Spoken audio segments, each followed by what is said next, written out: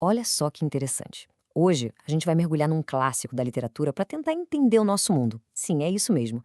Vamos usar A Montanha Mágica de Thomas Mann como uma espécie de espelho para a sociedade em que a gente vive.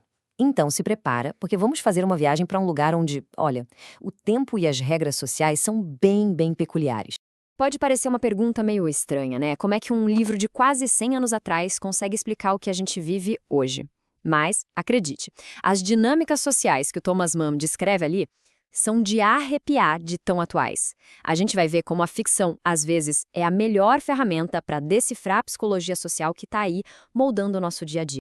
Então, bem-vindos ao Sanatório Berghoff. E ó, esquece a ideia de um hospital comum. Pensa nisso aqui como um verdadeiro laboratório da condição humana. É um microcosmo, sabe? Uma sociedade isoladinha, lá no alto dos Alpes suíços, onde as regras do mundo aqui de baixo, o que eles chamam de planície, simplesmente não valem. É como se fosse um experimento social acontecendo ao vivo, e a gente vai dar uma espiada nos resultados. Para começar, vamos entender que lugar é esse, porque, no fim das contas, o ambiente ali é a chave para tudo que acontece depois. Primeiro de tudo, a altitude. 1.600 metros. Pensa bem, isso é um isolamento físico gigantesco. Os personagens estão literalmente, e também, claro, de forma figurada, muito acima do nosso mundo cotidiano. E essa distância toda, essa geografia, acaba criando um distanciamento psicológico enorme. Pois é, e essa frase aí resume perfeitamente o que acontece por causa desse isolamento. A montanha não é só um pano de fundo, sabe? Ela é uma força que transforma as pessoas. A altura, a rotina do sanatório, a própria doença, tudo isso junto vai mudando o jeito que os personagens se veem e veem o mundo lá fora. Agora a gente entra num ponto que para a psicologia social é fascinante. A doença virando uma identidade. É isso mesmo. A gente vai ver como essa condição que eles compartilham acaba criando uma sociedade totalmente nova, com suas próprias leis. Lá no alto do sanatório, não importa mais se a pessoa era engenheira, artista, o que for. A identidade principal vira uma só: ser paciente. E aí se forma um sentimento de grupo muito forte. Surge um nós, os doentes, que se opõe a eles, os saudáveis, que ficaram lá na planície. É um exemplo perfeito de como se forma uma identidade de grupo. Uma coisa que a gente vê muito hoje, né? Nas nossas bolhas, nas comunidades da internet. E essa frase, nós, aqui em cima, nossa, ela aparece o tempo todo no livro. É quase um mantra, sabe? O jeito que eles têm de reafirmar essa identidade coletiva. Eles têm uma visão de mundo, uma linguagem, até um cansaço da vida que só quem tá aqui em cima consegue entender de verdade. E como qualquer sociedade, eles criam seus próprios rituais, suas próprias regras. Medir a temperatura, por exemplo, vira um evento quase sagrado. As varandas são os pontos de encontro, de socialização.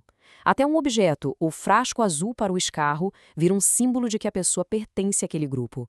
Eles acabam criando uma linguagem própria, cheia de termos sobre sintomas e diagnósticos que une todo mundo ali. Ok, agora vamos para outro ponto central desse laboratório social: a distorção completa do tempo. Uma realidade totalmente fora do eixo. O tempo na montanha simplesmente não funciona como aqui embaixo. Elástico, quase não importa. É como diz a citação: uma visita que era para durar 3 semanas para o nosso protagonista acaba se estendendo por 7 anos. Os dias viram uma coisa só, as estações perdem a importância e aquele ritmo acelerado da vida moderna vira só uma lembrança distante. E o ponto-chave aqui é que essa desconexão toda do tempo e do espaço causa uma coisa muito poderosa: o esquecimento. O livro mostra isso muito bem. Quando a gente sai do nosso contexto normal, as nossas ambições, nossos amores, nossas responsabilidades, tudo começa a meio que se apagar. A vida que a pessoa tinha antes vira quase um sonho. Então, se o tempo não importa mais e as preocupações do dia a dia sumiram, o que sobra? Sobra a batalha das ideias. E é aqui que a gente encontra um paralelo incrível com o nosso tempo de tanta polarização.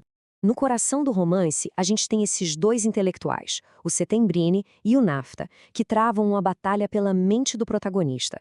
De um lado, o Settembrini, um humanista que acredita na razão, no progresso, na democracia. Do outro, o Nafta, um jesuíta radical que defende o dogma e até o terror como um caminho para chegar a um absoluto espiritual. São basicamente dois polos que não se conversam. E qual o resultado disso tudo? A citação mostra perfeitamente. Para uma pessoa comum, como Hans Castorp, que está ali só observando, esse conflito sem fim não traz clareza nenhuma. Pelo contrário, só gera paralisia e confusão. Ele se sente perdido nesse emaranhamento completo. Um sentimento que, vamos combinar, é bem familiar para quem tenta acompanhar o debate público hoje em dia, né? E aí a gente chega no ponto principal da nossa análise. Será que a montanha mágica é, de verdade, um espelho do nosso mundo? Vamos juntar todas as peças agora.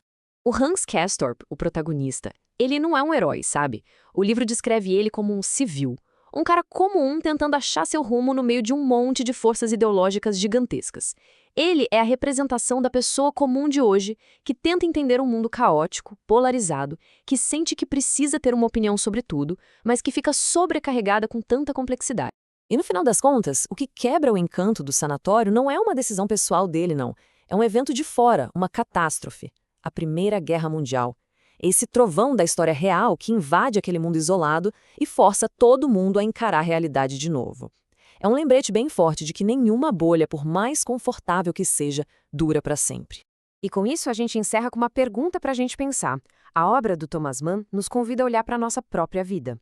Quais são as nossas bolhas sociais, os nossos algoritmos, as nossas câmaras de eco ideológicas que nos isolam em montanhas mágicas particulares? Essas bolhas que moldam o que a gente pensa e que talvez nos afastem uns dos outros? Essa é a genialidade de um clássico. Ele nunca deixa de fazer as perguntas importantes.